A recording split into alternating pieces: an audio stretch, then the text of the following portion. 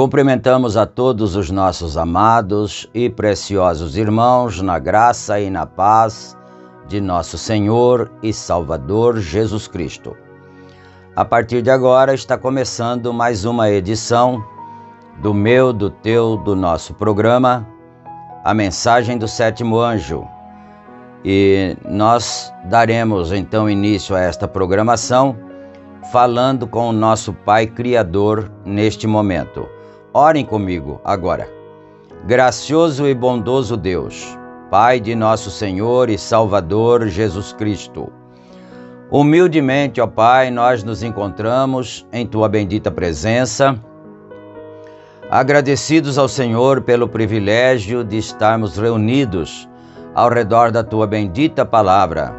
Esse grupo de pessoas espalhadas por todas as partes, irmãos que creem na Tua palavra, que creem na Tua mensagem, que temem ao Senhor, e nós agradecemos pela vida de cada um, pelas vitórias, pelas bênçãos. Pedimos também a direção do Espírito Santo para mais esse trabalho e que assim todos possamos ser abençoados e que o nome do Senhor seja glorificado. E nós pedimos também o perdão por todos os nossos erros, por todas as nossas fraquezas. No santo nome do Senhor Jesus Cristo, nós pedimos todas estas bênçãos e te agradecemos, desde agora e para todo sempre. Amém, amém. Graças a Deus. Muito bom, amados. A escritura que nós vamos ler, então, está em São João, capítulo 12, e nós começaremos no versículo 38. Evangelho de São João, capítulo 12, começando no versículo 38, né? E enquanto aqueles que desejam acompanhar vão procurando em suas Bíblias, nós queremos deixar as nossas notinhas rotineiras, né, a respeito desta programação. Bom, nós publicamos este programa diariamente no horário das 18 horas, aqui pelo canal A Mensagem do Sétimo Anjo. E é um oferecimento da igreja que está em Santa Bárbara do Oeste, na Rua Romênia 212, no Jardim Europa, no estado de São Paulo. Os nossos cultos são realizados todas as quartas-feiras, no horário das 19 horas, e todos os domingos, no horário das 18h30. E na cidade de Campinas, o nosso tabernáculo está localizado na Rua Geraldo Gonçalves Dias, número 130, no Parque Residencial Shalom, no estado de São Paulo. E os cultos ali são realizados às quintas-feiras, às 19 horas, e aos domingos, às 8h30 da manhã. Então, meus amados, nós gostaríamos também de lembrar a todos vocês que nós temos 3 grupos de WhatsApp, né? Todo irmão e irmã que desejar participar de um desses grupos, você recebe simultaneamente, assim que os cultos são publicados, você também já recebe no WhatsApp. Aí embaixo na descrição está o número para você entrar em contato, né? Ou então você pode fazer isso também pelos comentários. Ali nos comentários você pode deixar o seu número e o seu nome, e aí nós te adicionaremos. E também, não esquecendo que você pode deixar o seu pedido de oração aí nos comentários, não é? E nós estaremos orando por todos os pedidos. E não esqueçam também, quando vocês estiverem assistindo, de clicar no símbolo de joia, assim para cima, não é? Porque isso ajuda a impulsionar o vídeo e outras pessoas serão alcançadas também pela bênção de Deus através de sua palavra, não é? E se você não for inscrito, nós pedimos que você inscreva-se também, né? Não custa nada. Se você está assistindo, é porque você gosta, né? Então você inscreva-se no canal, e aí isso vai ajudando a outras pessoas que também querem ouvir a palavra, porque a plataforma vai impulsionando cada vez mais, né? Amém. Acho que nós falamos tudo que tínhamos que dizer nestas notas aqui. Amém? Então agora nós vamos aqui para a leitura, conforme nós anunciamos, no capítulo 12 do Evangelho de João, e começaremos com o versículo 38. Diz assim: para que se cumprisse a palavra do profeta Isaías, que diz: Senhor, quem creu na nossa pregação, e a quem foi revelado o braço do Senhor? Por isso não podiam crer. Então Isaías disse outra vez: cegou-lhes os olhos e endureceu-lhes o coração, a fim de que não vejam com os olhos e compreendam no coração, e se converta, e eu os cure. Isaías disse isso quando viu a sua glória e falou dele. Amém. Que o Senhor Deus acrescente as suas bênçãos à leitura de sua palavra. Isso sempre tem acontecido em todos os tempos. Quando Deus se manifesta na terra, as pessoas dificilmente podem ver, não é? Existe apenas uma pequena minoria que vê, mas geralmente é porque os olhos deles estão cegados, por isso não podem ver, não é? Mas nós vamos aqui então para a mensagem que nós estamos estudando, que é eventos modernos são esclarecidos por profecia. Nós estamos estudando essa mensagem agora, estamos no início ainda, no parágrafo 17. Então nós vamos aqui lendo, meditando, pausando se for necessário, para que cada um de nós possamos chegar ao entendimento da hora em que nós estamos vivendo, do que é que Deus está fazendo nesta hora, porque o Senhor Jesus Cristo disse uma certa vez assim: meu Pai trabalha até agora e eu também trabalho, não é? E Satanás trabalha todo o tempo também. E não seria possível que somente Satanás trabalhasse, não é? Enquanto Satanás trabalha, Deus também trabalha. Então foi o que o Senhor Jesus Cristo disse, não é? Então nós vamos aqui agora, a partir do parágrafo 17. Agora, se chamo isto de tema, gostaria de tomar os eventos modernos são esclarecidos por profecia. Agora, sempre tem sido de Deus a maneira do Deus imutável, deixar seu povo saber de antemão antes que certos eventos aconteçam. Então, Deus sempre agiu dessa maneira. Antes que determinado evento acontecesse, ele já trazia isso para o seu povo através de profecias, através de profetas, não é? Se as pessoas nos dias do Senhor Jesus somente tivessem buscado a Deus e sabido o que estava prestes a acontecer, elas não seriam condenadas. Elas não teriam condenado Jesus à morte. Mas a razão por que isto aconteceu foi porque as Escrituras tinham que ser cumpridas, pois os judeus tinham de ser cegados. Nós todos estamos cientes disto. Isso também é uma outra verdade que eu acho que todos nós sabemos, não é? Todos os que são leitores bíblicos, não é, sabem disso, que os judeus rejeitaram ao Senhor Jesus Cristo porque estava escrito deles que eles deveriam ser cegados para que então o Evangelho pudesse vir a nós, não é? Mas então vamos em frente aqui. Você compreende que isto está prometido de novo, precisamente nesta era em que estamos vivendo? A era de Laodiceia é esta sétima era da igreja em que estamos agora. Está nua, miserável, cega e não o sabe, da mesma maneira como ele os cegou no passado, com o propósito de levar sua mensagem ao povo eleito. Ele prometeu fazer a mesma coisa hoje.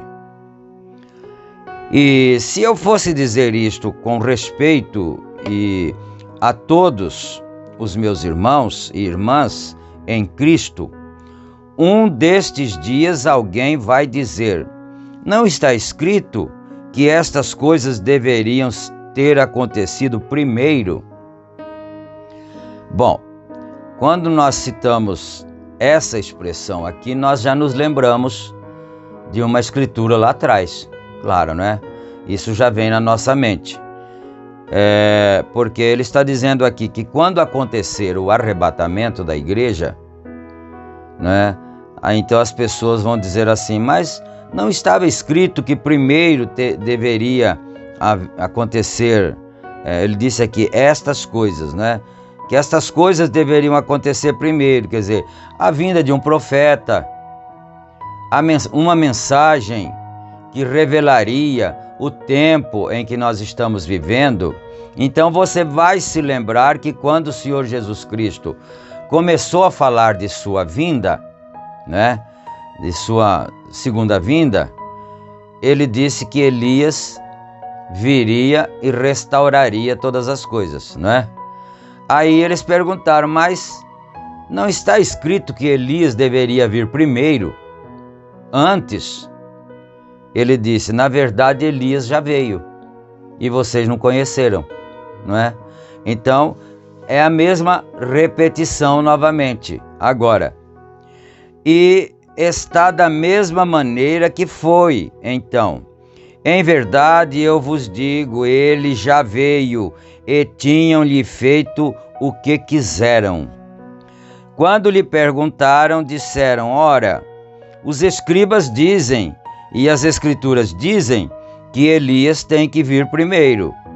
Eles disseram isso a Jesus.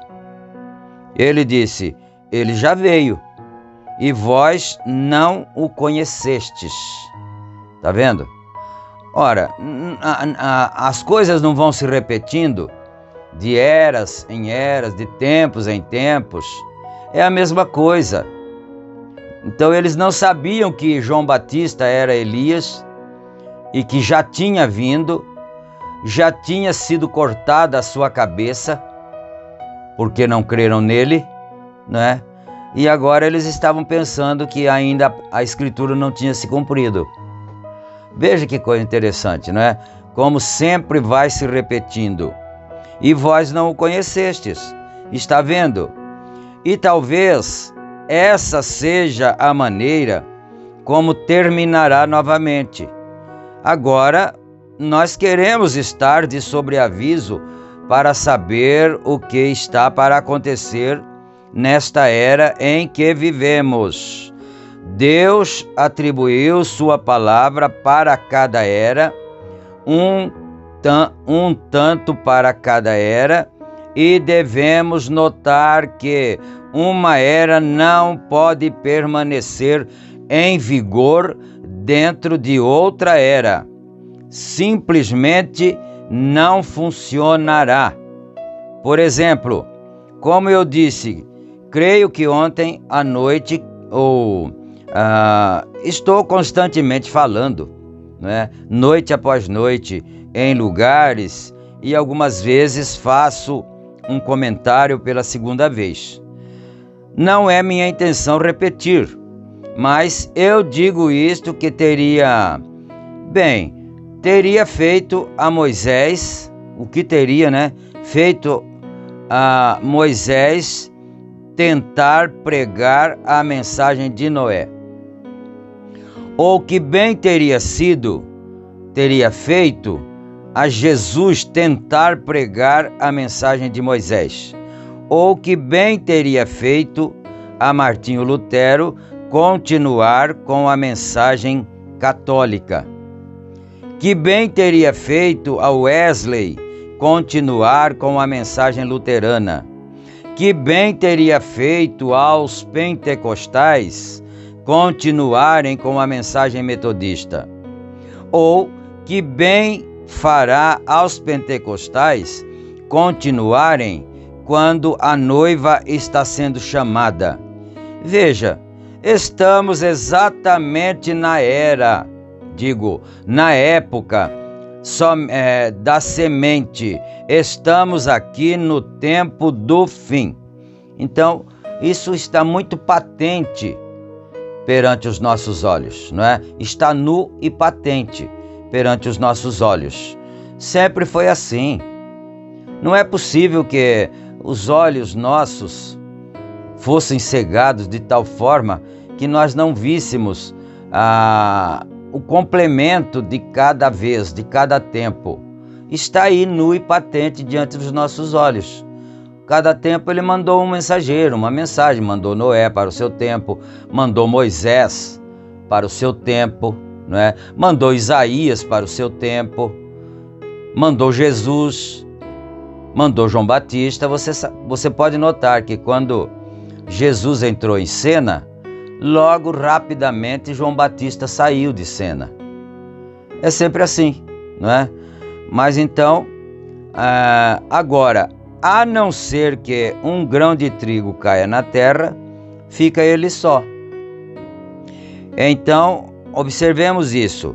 Como o crítico, como tenho comentado desde que o livro saiu, provavelmente vocês o tenham aqui em sua cidade.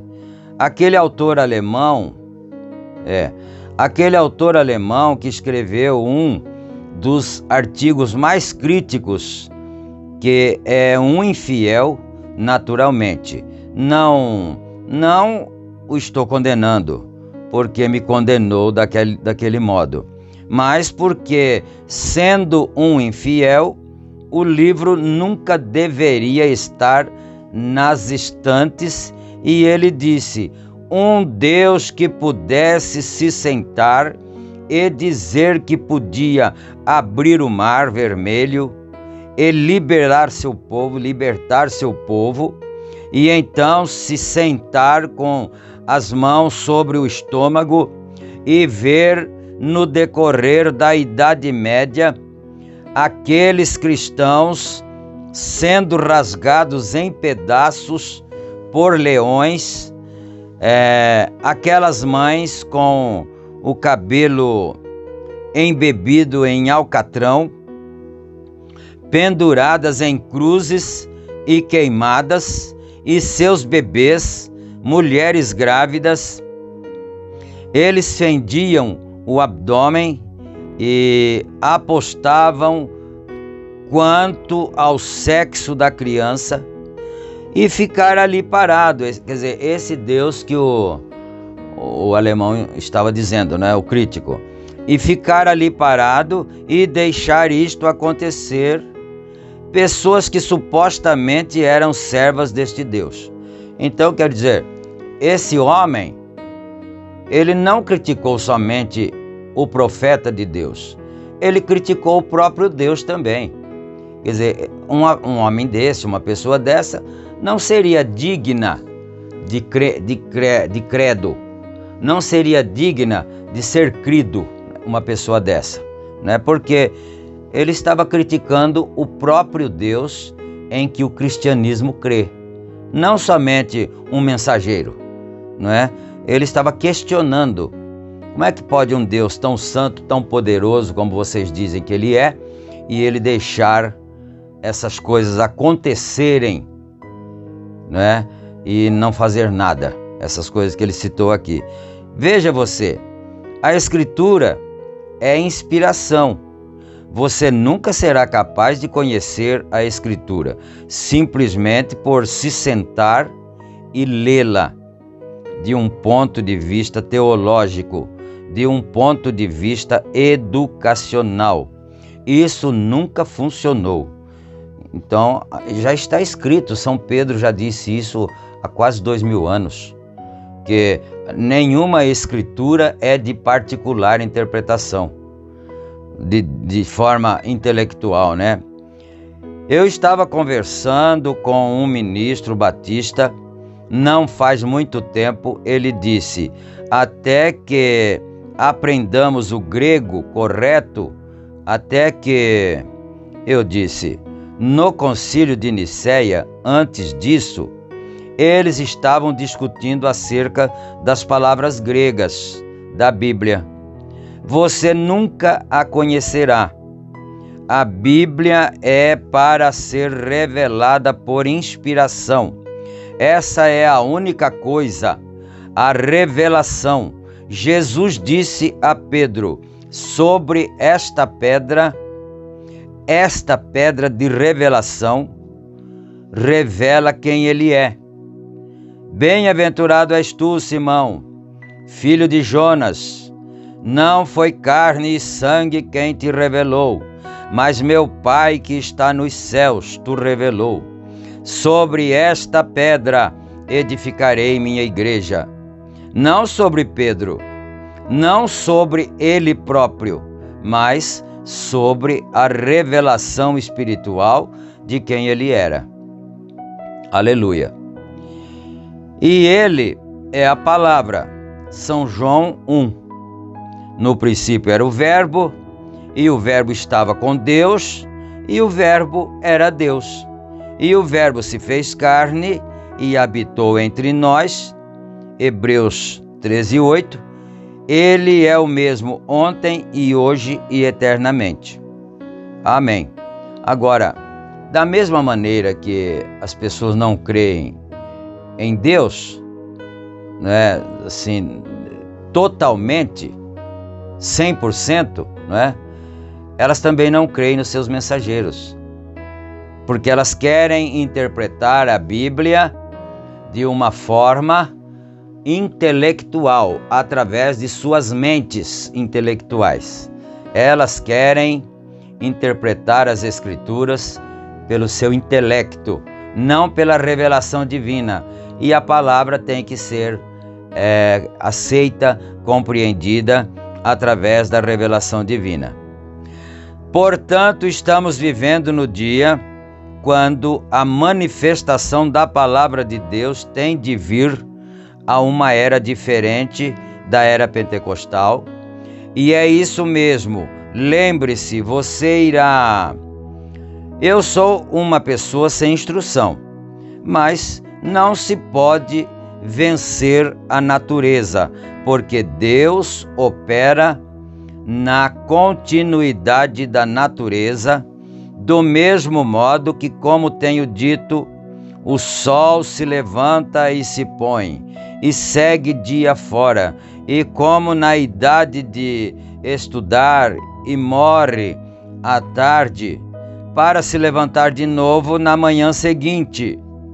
As árvores baixam a seiva no inverno, entra nas raízes e ela retorna na primavera. Note, ele a comparou a um grão de trigo. Quer dizer, Deus comparou a igreja como um grão de trigo, não é?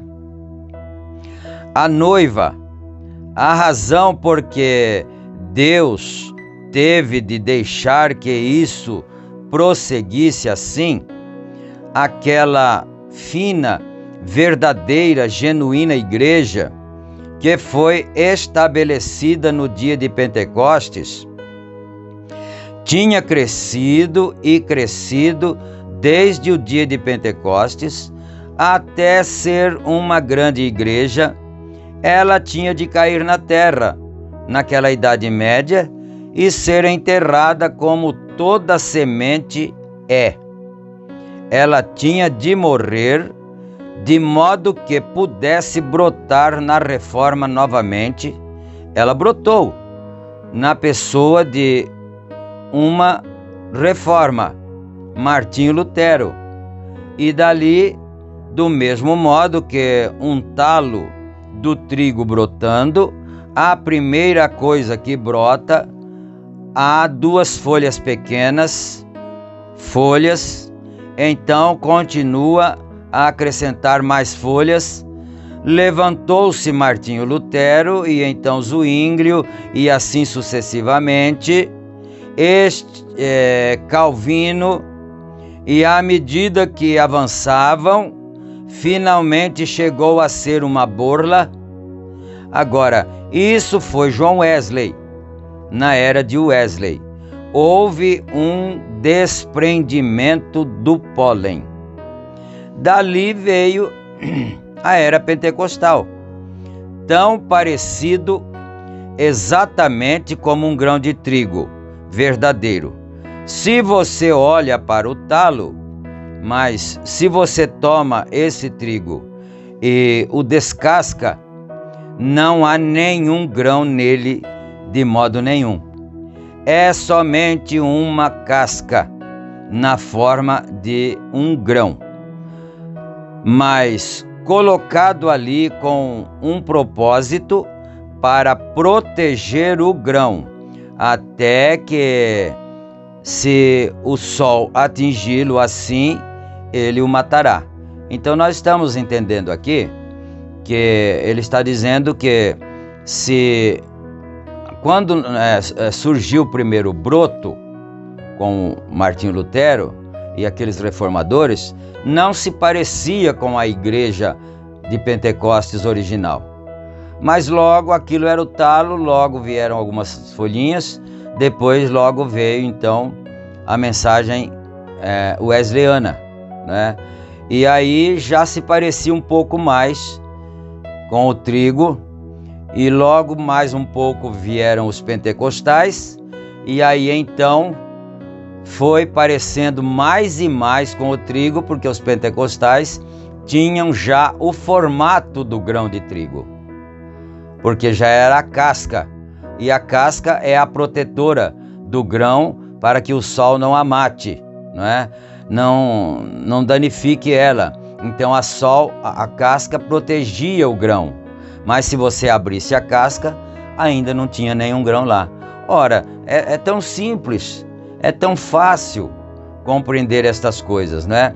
Basta que nós nos atentemos para as Escrituras. Ele tem de ficar ali até um determinado tempo, toda a vida, deixa a casca como deixou o talo, deixou o pólen, deixa a casca e entra no trigo. Isto que ele está dizendo aqui é a vida que vai prosseguindo adiante, né? Então ela deixou as folhas, deixou o talo com as folhas, foi para o pólen, do pólen veio para a casca. Agora a vida estava deixando a casca e indo para o grão. Por isso que a casca seca. E quando seca a casca, o que você faz com ela? Ela não vai servir mais, ela vai servir só para ser queimada, né? Isso é muito profundo, mas não é tão difícil assim. Para quem tem um profeta, isso não é tão difícil de ser entendido, né? Então, e o trigo e forma novamente do mesmo modo que era embaixo da terra. Pronto, aquele trigo que foi sepultado volta a se manifestar em cima, dentro da casca. Depois o próprio sol se encarrega de fazer com que a casca se separe também da semente, não é? A própria mensagem de Deus, que é o sol, faz com que a casca se separe do trigo, não é? Vamos mais um pouquinho aqui, que logo já vai dando a hora para a gente parar. Agora, todos sabemos que sempre que uma mensagem é dada, em 3 anos, eles formam uma organização. Quando assim fazem, isso, a mata, deixa eu reler aqui. Quando assim fazem, isto a mata ali mesmo. Mata ali mesmo quando organiza, né? Matou nos dias de Lutero, do mesmo modo matou nos dias de Wesley, matou nos dias de Alexander Campbell e todos os demais, e matou nos dias dos pentecostais. Aquele grande reavivamento que houve, não é? Ali no começo do século XX, no 1900, por aí, 1900 e pouco, não é? Então, aquele grande avivamento hoje está morto, infelizmente, não é? Você que é um crente já de seus 80 anos de idade e é crente aí há uns 60, 65, 70 anos, você é testemunha disso. Talvez a sua alma, meu irmão, eu estou falando a uma pessoa idosa assim, com mais idade que eu, porque eu já me lembro disso, né? Então a pessoa com seus 85 anos, que permanece como um crente até os dias de hoje, certamente você tem na sua alma uma tristeza, um descontentamento por se lembrar daquele tempo antigo, né? Que as coisas eram diferentes, havia seriedade, havia fé, havia tudo que Deus queria, a igreja tinha, mas o tempo passou. O sol foi secando a casca, porque a vida que estava nela iria para a semente. Eu não sei se todos os meus irmãos conseguem compreender estas coisas, não é? Mas vamos aqui então já logo para fechando os parágrafos aqui. Então matou nos dias dos pentecostais. Exatamente, está vendo? Chega-se a uma condição, cada um fica formal e se retira e não pode receber nova revelação. Eles estão estabelecidos e ali estão e ali morrem. E a vida passa diretamente por aquilo e avança para formar o trigo. E quando o trigo vem, essa vida que percorreu esse trigo, a ressurreição manifesta a coisa inteira. Sim, cresce para o arrebatamento. Eu vou parar aqui porque o nosso tempo já está dando ali.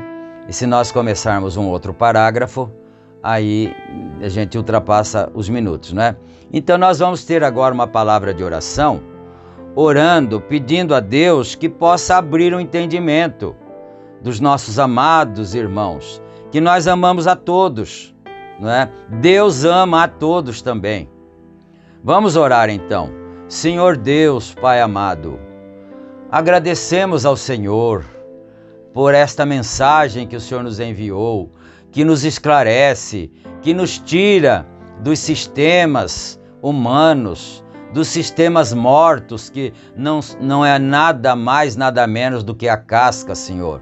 Ó Pai bendito, e nós pedimos a bênção em favor dos nossos irmãos, aqueles que estão ouvindo, que estão aceitando, que estão crendo. Abre o entendimento de cada um, ó Pai. Bendito Deus, cura os doentes também, liberta os oprimidos, repreende, Senhor Deus, as dores, as fraquezas físicas, tudo isto, Senhor, repreende, ó Deus, no santo nome do Senhor Jesus Cristo. Nós pedimos tudo isto humildemente e nós te agradecemos, ó Pai, desde agora e para todo sempre. Amém, Senhor. Amém. Amém. Graças a Deus. Meus queridos irmãos, estamos chegando ao final da nossa apresentação de hoje, não é? Como acontece todos os dias, tem começo e tem fim. Mas se o Senhor Deus quiser, se Ele nos permitir, amanhã nós estaremos juntos novamente. Nós paramos aqui na mensagem eventos esclarecidos, eventos modernos são esclarecidos por profecia. Nós paramos no parágrafo 36. Se Deus quiser, amanhã nós começaremos a partir do 37, né? Fiquem todos com Deus, na graça e na paz do Senhor Jesus Cristo, e até amanhã, se Deus quiser. Amém. Amém.